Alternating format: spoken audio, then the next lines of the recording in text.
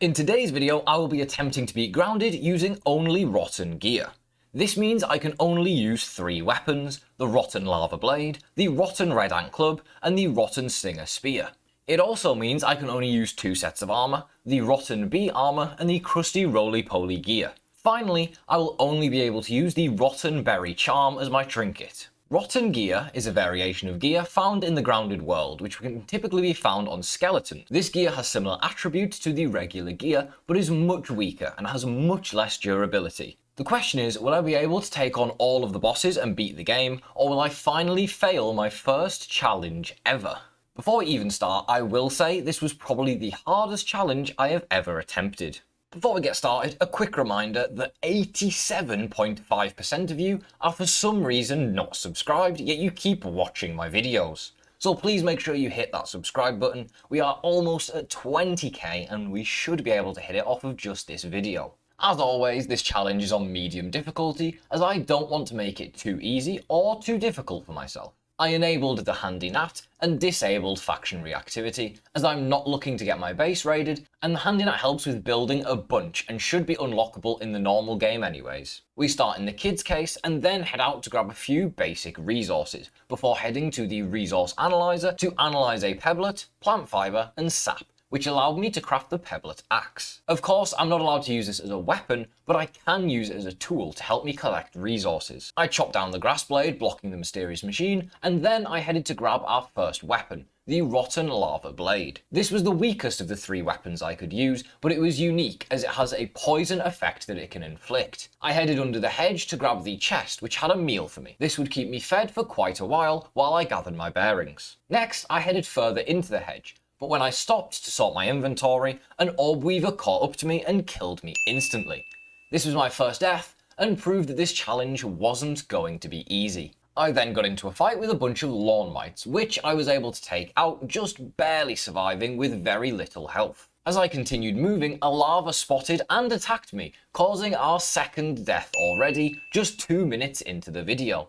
Not a great start. I respawned and headed back to collect my backpack with all of my loot in, before running into the cave to escape the orb weaver. Unfortunately, he knows how to get in too, so I had to take care of him using the lava blade. From this cave, I was able to get our second weapon, the rotten red ant club.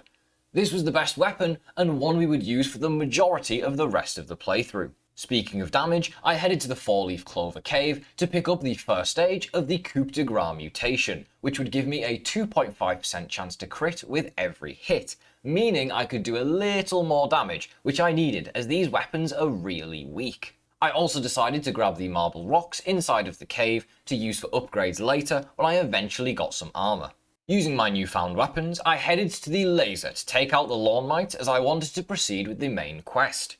I then went to the mysterious machine and activated the spacer, which unlocked the oak lab. Next, it was time to head to the red ant hill as we needed our first set of armor. I started by grabbing the rotten bee face mask, followed by the leggings. I then grabbed our first burgle chip, the red ant hill chip, before finally grabbing the rotten bee chestplate, completing the set. I then made my way out of the nest, parrying attacks along the way and unlocking phase 1 of Parry Master, a mutation that isn't very good, but I would use early on while I had a free slot. It's worth noting that while the armor has the same piece effect as the regular version, it actually doesn't have a set bonus. Straight after leaving the nest, I headed to the trash can in the southwest of the map to grab the crusty roly-poly helmet. This was easy to get to, and would be my helmet for the rest of the playthrough. It was the only piece of the crusty roly-poly gear that I was able to grab this early on. Now off to the oak tree, where I started by reviving Burgle, before skipping through all of his dialogue and activating the ASL, unlocking the smithing station for 100 raw science. I then remembered I had a chip to give to Burgle, so I gave him the red anthill chip and headed back to the shop to unlock fiber bandage efficiency, making bandages much cheaper to craft in the future, as well as the canteen upgrade so that I could make the canteen plus, which holds 4 drops of water. I went to the rocks nearby and built myself a workbench, a smithing station, and a lean-to. Using the smithing station, I upgraded my helmet to level 4 and my chestplate and leggings both to level 3. I also upgraded my rotten red ant club to level 4. I headed back to the oak lab to analyze some more items, and this allowed me to build a storage chest when I got home so that I could clear out my inventory as it was full of items. Off to the hedge now, where I headed into the broken down lab and took out both of the Ruz Ts before heading deeper and activating the surveyor scanner, which I always turn on, as it makes it easier to find resources around the map and check when bugs have respawned. While in the hedge, I made sure to grab some berry chunks as I knew I'd need the leather later for a tier 2 hammer. I also broke some web sacks to try and get some parts. I was able to get a ladybug head and a couple of other useful things. I proceeded through the hedge, looting more chests as I went, but I left a meal behind in this chest on purpose because otherwise it would decay in my inventory before I got the chance to eat it. But by leaving it here, I could come back later and it wouldn't decay at all as long as it stayed inside of the chest. Yeah, this is big brain time. I dropped into the lab and grabbed the first and second pieces of the password. I got the aphid figurine, which unlocked the first phase of a Rascal Rogue, and then proceeded to grab the third and fourth pieces of the password. Before using the password, I headed into the storage room and grabbed the silk rope as I would need it for a tier 2 axe, and then headed to the computer to scan my hand and input the password, allowing me to grab the hedge super chip along with the first duper disc. Before leaving, I headed to the outpost to grab the Broodmother BLT recipe as we would be fighting her later. I got back to the Oak Lab and gave Burgle the super chip, giving me 2000 raw science. I then used my shovel to dig up some grubs, allowing me to make my smoothie station. I hopped into the pond to grab some lily pad wax and eelgrass and then analysed them using the resource analyzer in the pagoda. This allowed me to make the pebblet dagger, and I also decided to craft the insect axe using the silk rope from the hedge lab. I then added another chest as I had already run out of storage. Into the pond now, where I began by grabbing the Rotten Stinger Spear, the third and final weapon we would be able to use in this challenge. It's powerful, especially when thrown, but it doesn't come close to the power of the Rotten Red Ant Club, sadly. Although it is our only choice when it comes to underwater weapons, meaning I can at least kill diving bell spiders. I headed home and upgraded it to level 1 for a little more punch. I made sure to put the duper disc into the super duper and then checked the price for duping my rotten weapons. Sadly, one duper disc wasn't enough and we need another to check the price of duping my gear. While running back and forth, I was able to unlock the first stage of Cardio Fan, which I always love to use as it's the best stamina mutation in the game in my opinion. With the resources from the pond, I crafted 2 liquid gills and 2 fluid flippers smoothies, as we were going to need these if we wanted to make it to the pond lab before drowning. I then made sure to discover a few landmarks in the pond, unlocking the Mertine mutation, giving me even more speed and airtime. With this mutation and the smoothies combined, I was easily able to make it into the lab with 13 seconds of oxygen remaining. Once inside, I grabbed the Rotten Slime Lantern, but was quick to unequip it, as it would be the only source of light in this playthrough, and it's only one of 2 rotten lights in the game. The other one is also in the pond. I didn't mention this as a rule at the start, but that's because I make up the rules as I go along. I pulled the lever, unlocking the breakers, and then used my spear to take out the Arc R before setting my spawn in the bed, allowing me to unequip all of my items and die, dropping them all on the ground. With no items in my inventory, I turned on the first 2 breakers and then died again. Then I activated the third breaker and died again. I left my items behind as I didn't want them to lose durability or to drop my backpack in the middle of the pond, and also because I knew I wouldn't have enough O2 to activate the breakers without dying. I activated the computer in the lab, allowing me to enter the final room where I faced the robots. Luckily, my Red Ant Club was almost powerful enough to take them out in one hit, meaning this was an easy battle.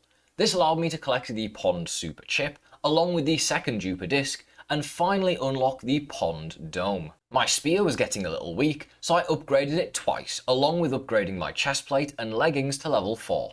I gave Burgle the Pond Super Chip, but didn't unlock anything new as the chip has a bunch of useless unlocks. Time to go through a dangerous pipe filled with water fleas and diving bell spiders, only to end up somewhere even more dangerous. The Haze Lab. I first grabbed the Weevil statue before progressing into the lever room, making sure to collect everything in here. I pushed the button entering the infected ladybug fight, but I've done this enough times now. I mean, just look at the damage the club does and how quickly I was able to beat this guy. Light work. This gave me Truffle Tussle, which is useless in this playthrough. I used the hand scanner to unlock the final room and headed inside to grab the Super Chip, Duper Disc, Brat Bursts and Granola Bars before leaving the Haze Lab entirely. I instantly used one of these Brat Bursts to destroy the rock under the shovel, causing it to fall, giving me access to the picnic table. Before going up, I made sure to go to the pipe and collect the Minotaur Maze key. Once on the picnic table, I realised you need a tier 2 hammer to break the cooler box. I tried to parkour around and get up, but it simply wasn't possible, so I'd have to come back later when I had my insect hammer. Using the smoothie station I made earlier, I made 2 Gastro Goo smoothies. Paraly5er, you already beat the Haze Lab. Yeah, I know, little Timmy. I needed these to take on stink bugs. Using the Rotten Stinger Spear made this pretty easy since they're weak to stabbing damage, but the first stink bug only gave me 3 parts. Next, I took on a Bombardier as I needed a boiling gland, but sadly, I was unlucky and I didn't get one. I like it. I made sure to collect some clay as we didn't have any yet and I would need it for building later on. Collecting all of this unlocked the first stage of Rock Cracker, a mutation that works on clay as well as rocks. I took on a second Bombardier and this time I got myself the boiling gland I was craving. Woo! Yeah, baby! That's what I've been waiting for! Finally, I headed back to the hedge to break some berries, as I also needed berry leather for the hammer. I headed home and made myself a jerky rack and put the berry chunks on it. I now had all the resources I needed to make the insect hammer, since the 4th stinkbug part came from a web sack much earlier in the video. I also made a canteen plus, as carrying water is very useful for not dehydrating. I put the final 2 Juper discs into the Super Juper and then filled my canteen using the infinite water source in the Oak Lab. I used the clay I'd collected earlier to build a ramp up to the lab and used a bomb from the Haze Lab to open the door. Once inside, I looted the chest for all of the plates and then grabbed the Rotten Berry Charm. This was the only trinket I was allowed to use during the run, as it was the only rotten one in the game. This makes it so that when you hit enemies with rotten weapons, you can proc a poison cloud, similar to the set bonus from the Broodmother armor. My spear was low on durability, so I upgraded it yet again. I decided it was time to put my tier 2 hammer to use, so I went to the mint box and began harvesting mints. I collected these with one purpose: eating them. This would unlock fresh defense, which I was going to need later, especially if I wanted to collect ever charcoal. With my tier 2 hammer, I was now able to break the cooler box, allowing me to finally get on top of the picnic table. Yes! Yes! Yes! Yes! Yes! Yes! Thank God I finally made it. No! No! No! I spent my first 4 molars, increasing my mutation slots by 1 and my max health also. Finally back at the picnic table now, and I was able to collect the crusty roly-poly leggings, meaning we now had 2 out of 3 pieces from the set. While up here, I also rolled the dice, unlocking the second phase of Coup de Grace, which has a 5% crit chance, meaning my damage slightly increased yet again. Lastly, I opened the chest using the key we collected earlier, allowing me to collect the Picnic Burgle chip, as well as all of the upgrade rocks inside. Since we're on this side of the map, I decided to do some grass parkour to get up into the sandbox. Once in, I headed to a pit to take on an antlion.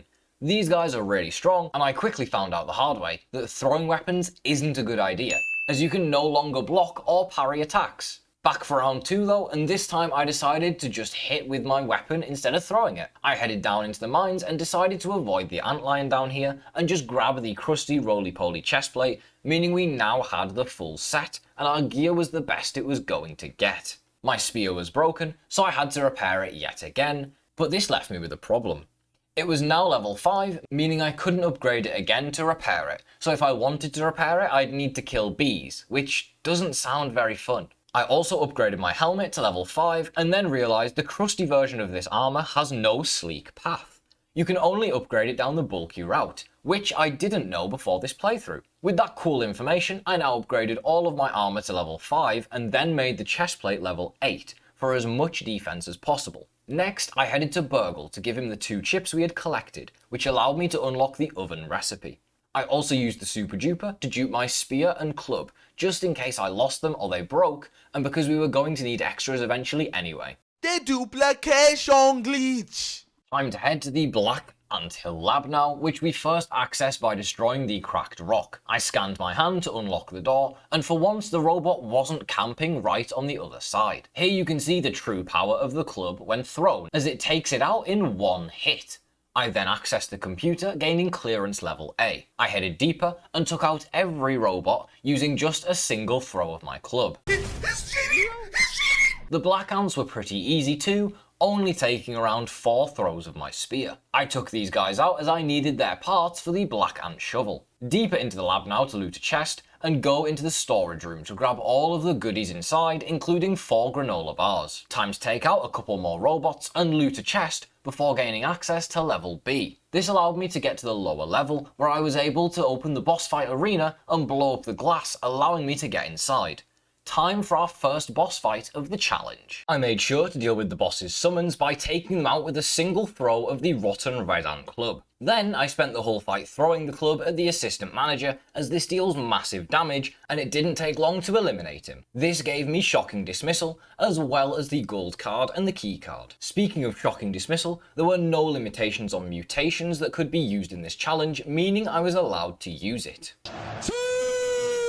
Anyways, now that I had the keycard, I was able to collect the Black Anthill Super Chip before heading to the sandbox and using the keycard again to obtain the Sandbox Burgle Chip, along with a chest with a bunch of useless stuff inside. Especially the arrows, as I had no way of using them, so I decided to just trash them instead. While in the sandbox, I headed to the salt mines to collect salt for later on. Sadly, I didn't get the trinket, although even if I did, I wouldn't be able to use it, as I'm only allowed to use the Rotten Berry Charm. I headed back to Burgle to give him both of the chips we had collected, which gave me a total of 6k raw science. I then proceeded to spend all of that raw science in the ASL, unlocking a bunch of globs, as well as the glue masher, as we would need all of those to power up our weapons. I then used the keycard yet again to enter the secret room, grabbing the zipper, as well as looting the chest for some upgrade rocks and brat bursts. With my new plate recipes, I was able to make some tier 2 plates and upgrade my helmet and leggings to level 7 bulky, before building myself a glue masher.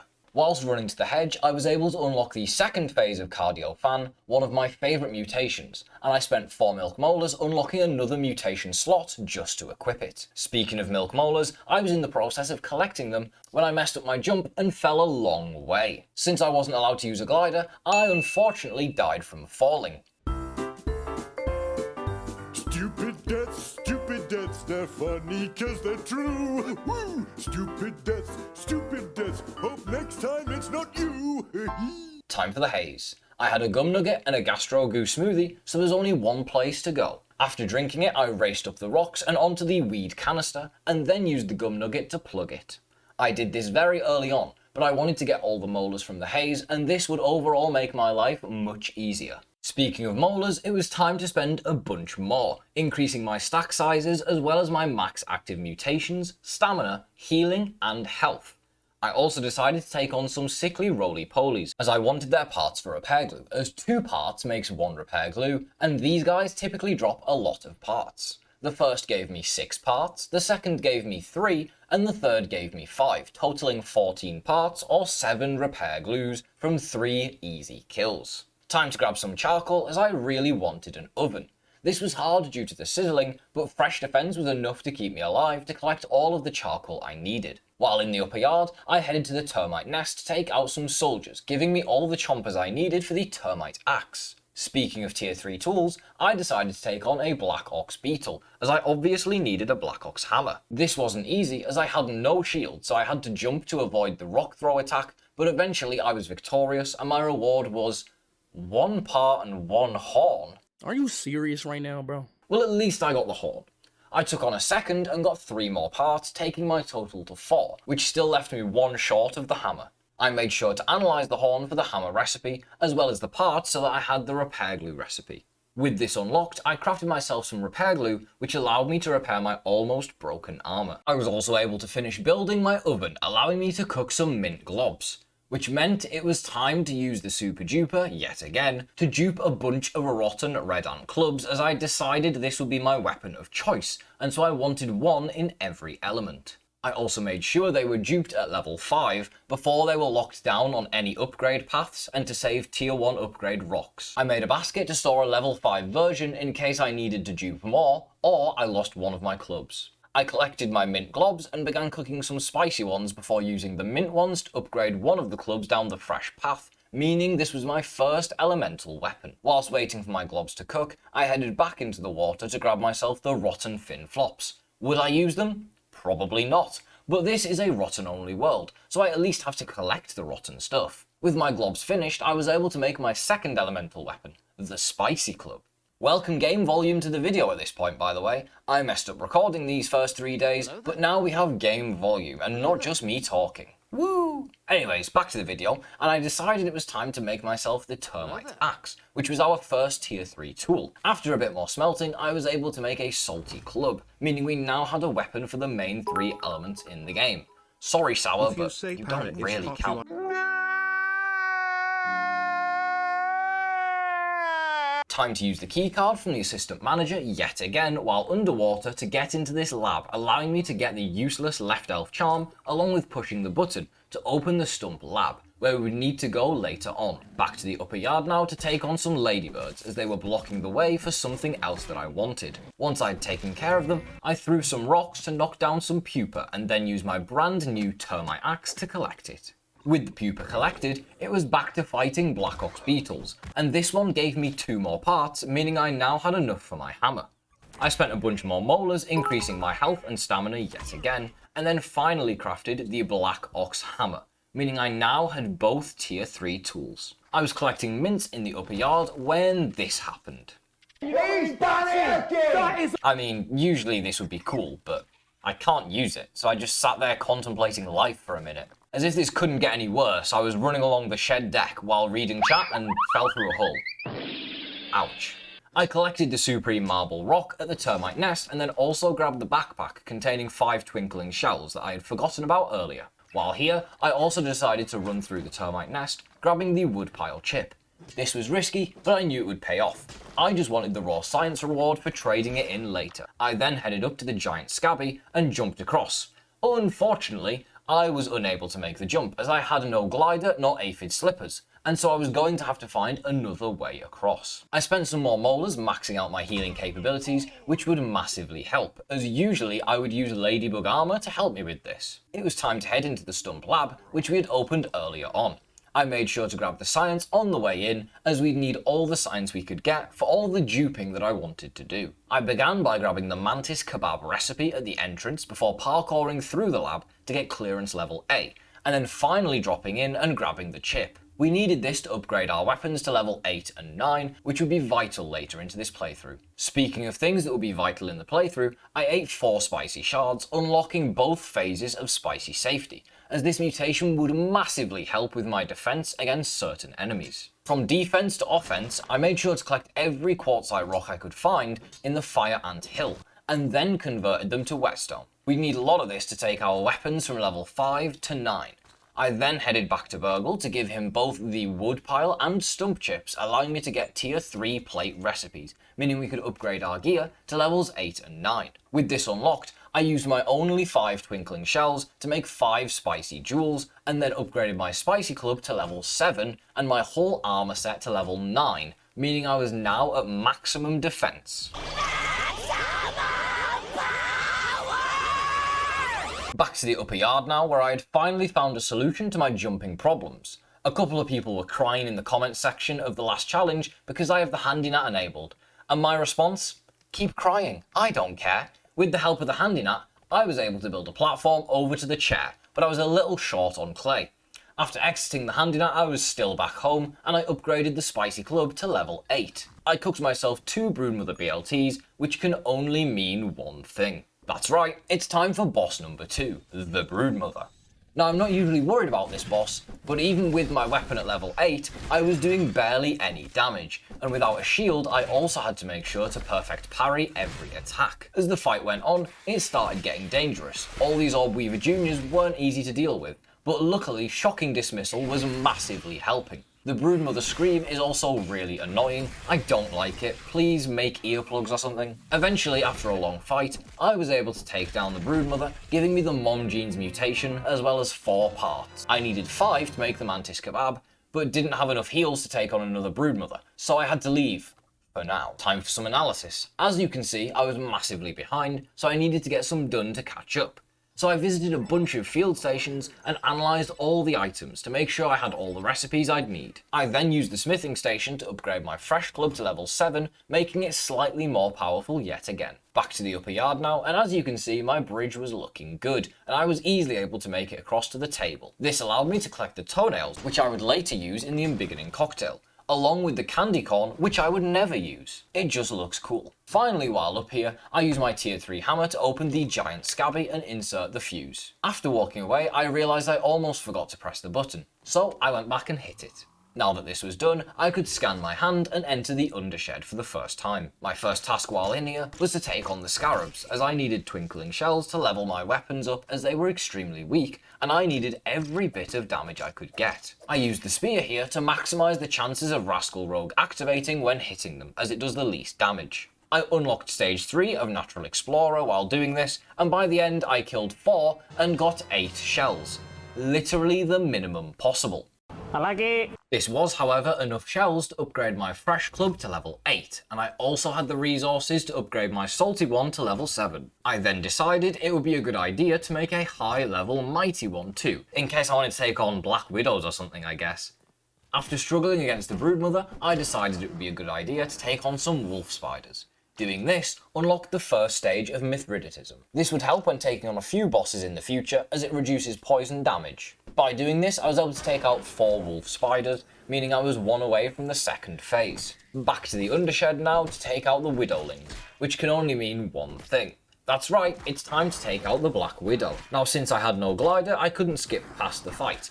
I could have just snuck past, but instead, I like a challenge, so let's do it. I'm not joking, this fight took a while, so let's skip to the end. I got hit once the entire fight towards the end, but was easily able to deal with the Widow and looted the body for the drops, which would be useless. Now that my weapons and armour were past level 5, I decided to start dropping tier 1 upgrade rocks, as I had no use for them. I kept the tier 2 and armour rocks for statues in my base later to improve coziness. Into the lab we go, and I made sure to pull the lever, opening the next area, before grabbing the 5 granola bars, which would be useful for the upcoming battle. For this fight, I'm using Shocking Dismissal, Spicy Safety, Cardio Fan, Coup de Grace, and Mom Jeans. That's right, it's Mant time. People always say this boss fight is really easy, but when your weapon is a two-handed useless club, nothing is easy. This one took me a long time, but the Spiderlings were helping to distract the Mant and stop him from hitting me. And eventually, I was able to take him out. This gave me the gold card and the Mysterious Stranger mutation, which would also be a good distraction mutation in the future. With the Mant defeated, it was time to free Dr. Tully using the hand scanner.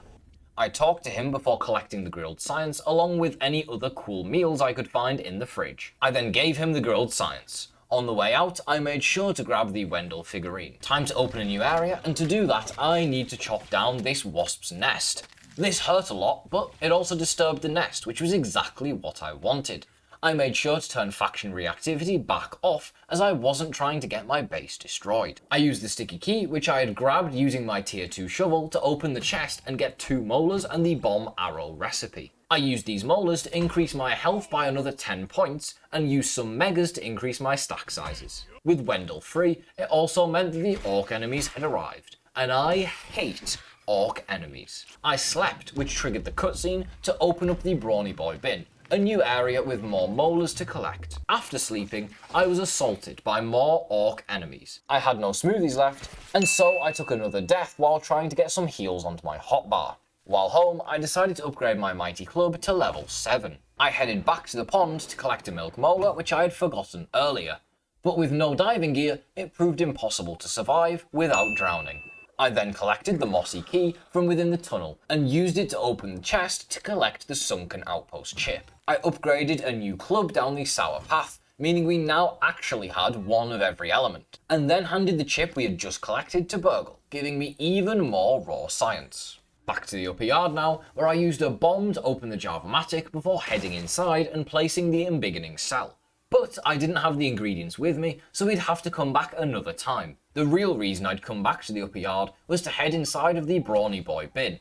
I needed more molars and also wanted the BBQ medley recipe for fighting the Wasp Queen. While here, I also collected the forgotten Burgle chip.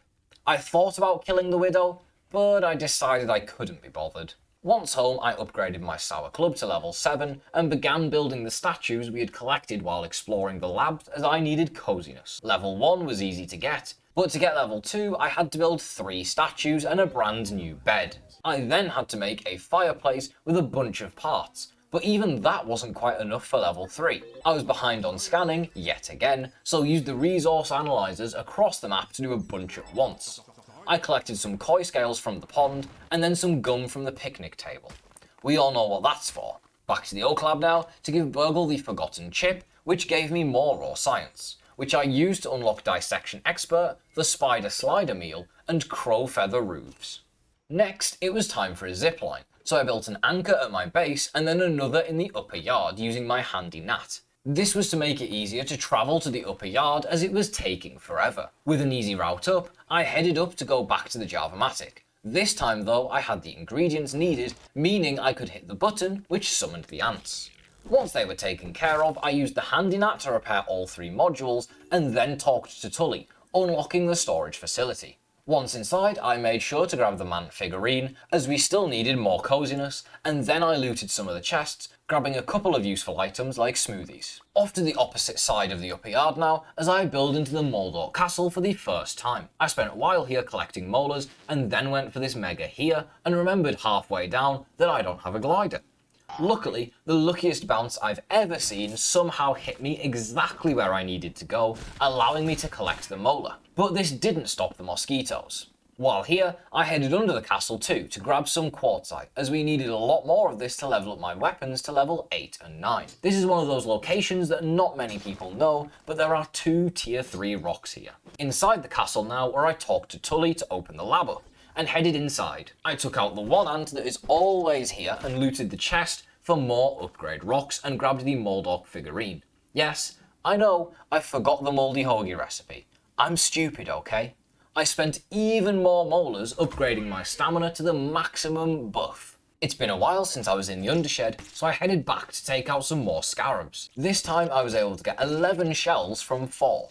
Which is better than last time, but still not great considering I was using Dissection Expert. Once home, I utilised our new figurines to build 2 new statues, as these provide a massive boost to coziness.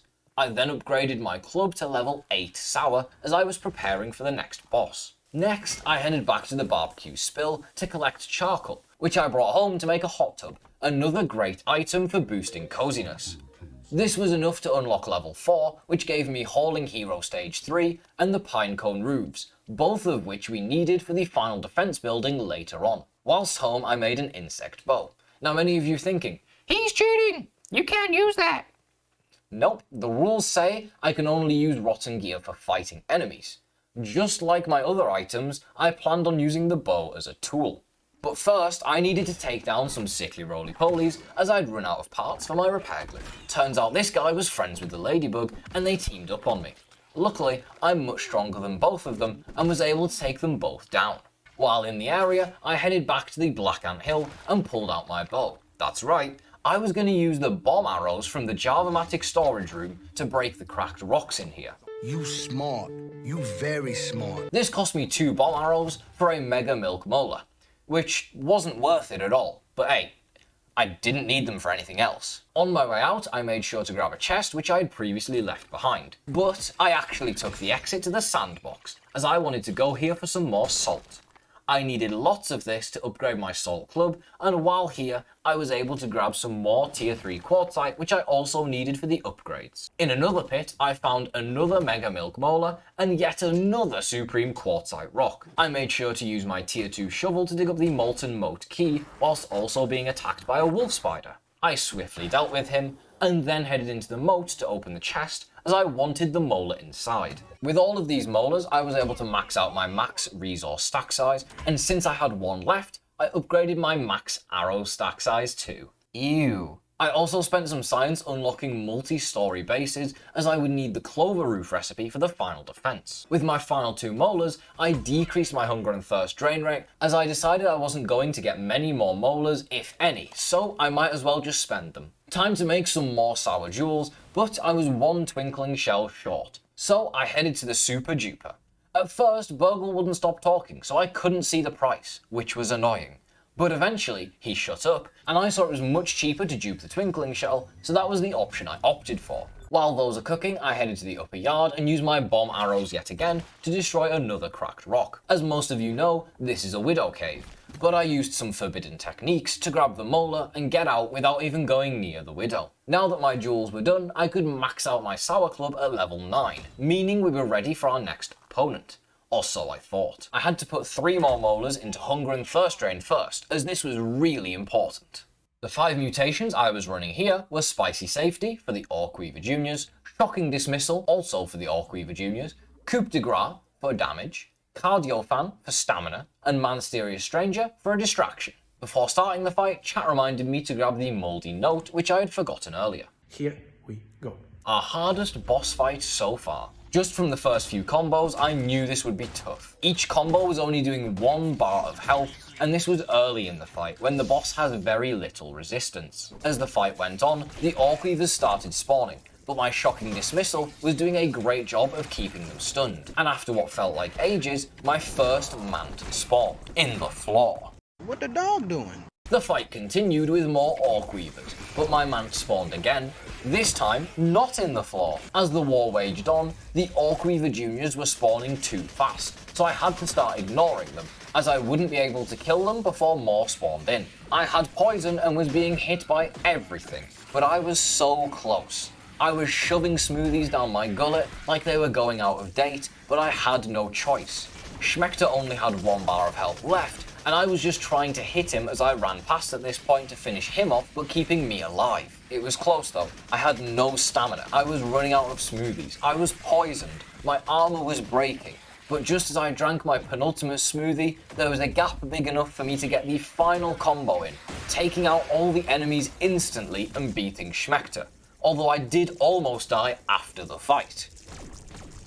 This gave me the Corporate Kickback mutation and the data disk, along with 1,000 raw science. With 1 boss defeated, it's time to prepare for the next. So back to the Scarab Pipe for more twinkling shells. The first dropped 4, so I headed back outside to make a stuffed scarab to increase my luck and hopefully get even more shells. This clearly worked pretty well, as I was able to get 12 shells from the remaining 3 scarabs. Back to the Broodmother lair now, and time to fight her yet again, as you need 5 chunks to make the Mantis Kebab, and I only have 4 from my first fight. Yet again, this took a while and cost quite a few smoothies, but it was nothing I couldn't handle.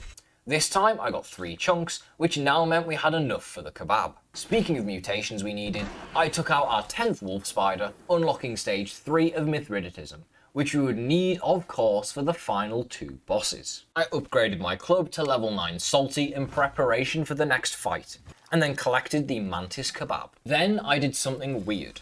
I used the Super Duper to dupe my salty club twice, as I had an idea. I made 2 sticky human food, liquid rage and green machine smoothies, as I'd need all the help I could get. My mutations of choice were Coup de Grace, Cardio Fan, Mom Jeans, Mysterious Stranger and Shocking Dismissal. And just like that, it was time to spawn in the Mantis and reveal my grand plan. Now everyone knows the Mantis does attacks that will debuff you no matter what you do, including a debuff which prevents you from parrying. Usually, to counter this you use a shield, but those are banned in this challenge. Ranged weapons are an alternative, but those are also banned.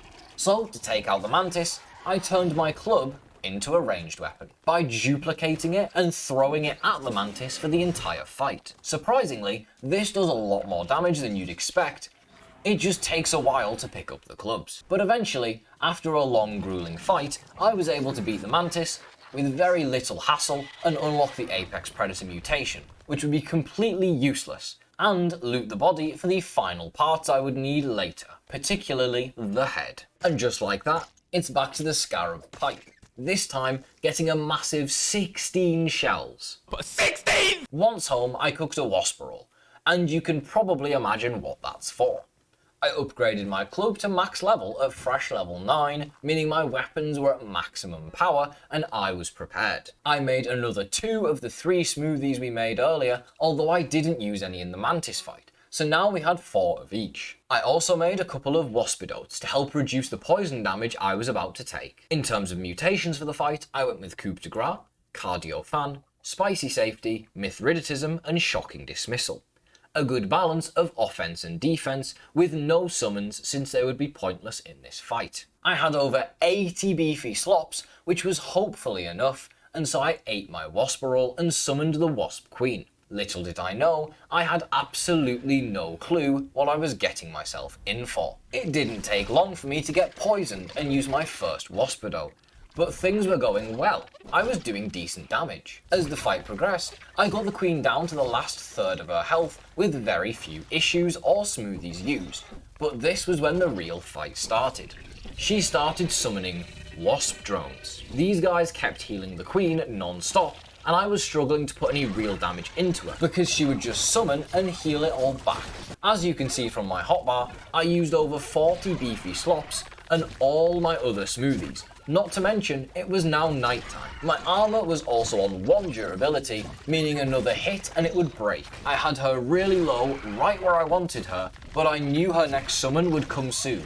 So I decided to go all in, getting hit by loads of bombs, but risking it all to take her out. She summoned her next wave, but it was too late. I had just enough time to get the final combo in and finish her off. All in all, this fight took around 30 minutes of non-stop action. That's almost as long as this entire video so far. I unlocked another useless mutation and then looted her body for her head, which we needed for one more boss. And then my controller died. Literally right after the fight finished. Talk about timing. Before the final boss though, I have some other business to attend to, so I headed to the Java-matic storage room to grab all the resources I needed. I then analysed these resources to unlock the recipes I would need. While doing this, I was assaulted by some fire ants, which I swiftly eliminated and somehow got the gold card. Time for the handy gnat to do its job and get to building. As always, I have a video on how to build all this stuff, so there's no need for me to show it all here. I headed back to the lower yard to take on the easiest mixer in the game to warm up. This unlocked stage 1 of Guard Dog, which I would use for the final defense. Speaking of the final defense, I was running Natural Explorer, Cardio Fan, Annihilator, Shocking Dismissal, and Guard Dog to maximize my damage, as I knew the key would be to take out the enemies as quickly as possible. Let's get started. Here you can see the defense that I built. As always, loads of random walls because the enemies are dumb as bricks, and they attack them instead of walking around them. The defense, as always, started off with some ants and was pretty chill, but then came the first big boy, a ladybird. Just look at how little damage I do to her. It takes ages for me to kill these enemies, and this would make this a lot harder than I thought. It wasn't long before large groups of enemies started gathering around the modules as I couldn't kill them quickly enough. The walls were breaking and I had to distract them to stop them attacking the modules. But then I remembered, I have the power to throw. So while the Black Ox was stunned, I started throwing my clubs. This dealt massive damage and made it 100 times easier. I was now able to take out the large enemies much faster, and thus clear out all the enemies. This allowed me to take out a ladybird, but it might have been too little too late. There were masses of bombardiers bombing the A module, and it was seconds away from breaking. I ran over and attacked them all, hoping to divert their attention and praying I didn't die. With the mixer on the tiniest amount of health, I was fighting off tens of enemies at once to protect it, and just when I thought all hope was lost, the cutscene played, saving me and finishing the Java-matic in much closer fashion than ever before. With that complete, I collected the embiggening cell. Now this might confuse you, but I've just switched over to a custom world to test the fight against the infected broodmother. The Wasp Queen took 30 minutes and was almost impossible, so I had to test the infected broodmother could be done. After some rigorous testing, with all the best smoothies in the game, I decided that the boss simply heals too quickly to even be considered killable on medium difficulty. I think maybe a robot could beat this, but there's no way a human could. Certainly not me, definitely not on a controller. The lack of shield, playing on a controller, and lack of damage made this a no-go. But instead of giving up, I decided just for this one boss that we would switch the difficulty to mild. Now, I know what you're thinking, technically this means I failed the challenge. Sure, I guess I did. Although, I don't think it's possible to be completely honest. So, I began preparing. I made 3 sticky versions of each smoothie with the addition of sticky slop for more regen this time. I used the super duper to dupe my club a bunch as I considered throwing it, although this would prove impossible, but the extra clubs would help in case one broke mid-fight. I made sure to leave behind all my other clubs as the game auto-selects weapons of different elements when throwing, and so I was ready. I tried to use the man statue to launch across the map, but instead smashed myself into the ground, taking another death. I headed back to the Java-matic storage room to get anything I had left behind, including muscle sprouts for heals. I grabbed 3 spider sliders from my fridge. In terms of mutations, I was going with coup de grace, cardio fan, spicy safety, shocking dismissal, and mysterious stranger. I decided for maximum DPS, so no corporate kickback. And as you can see, I switched it to mild difficulty. I spawned in the boss, and it was time for the real test. In phase 1, I threw my clubs, which did a lot of damage, but I got hit way too many times and I stacked a lot of healing debuff, which was dumb. Stupid. As phase 2 began, I drank 1 of every smoothie to buff myself up. Again, this phase wasn't too bad, only getting 12 stacks of the healing debuff by this point. I re-upped my smoothies and meal and headed into phase 3. This was where it got insane. I was getting hit non-stop. Without a shield, you can't hold block, otherwise you take damage. So the ultra fast attacks were destroying me on a controller as I simply couldn't block fast enough. The screams were also slowing me down massively. As we came to the end of stage 3, my armor was on 1 HP, my heals were depleted, I had 87 stacks of the healing debuff, and it had been 30 minutes of non-stop fighting. My fingers were hurting. I was down to the last sliver of health. 1 hit and the fight was over, but I heard the words echo in my head. Never back down, never what? Never give up. Yeah, I want it louder though. Never back down, never what? Never give up. Never back down, never what? Never give up. Let's run it! Let's go! Now was the time. I had to parry every attack and make sure I didn't lose. And eventually, after 30 minutes of brutal battle, I came out victorious. Barely. And then, my controller died again. I headed back to the mysterious machine and inserted the embiggening cell before hitting the button, finishing the game. Here are the final stats. As you can see, we scored 88%, a respectable score, and died 11 times according to the report card, but it's probably wrong somehow. Thank you so much for watching. If you enjoyed this video, don't forget to leave a like on it, and I'll see you in the next Grounded video. Have a great rest of your day.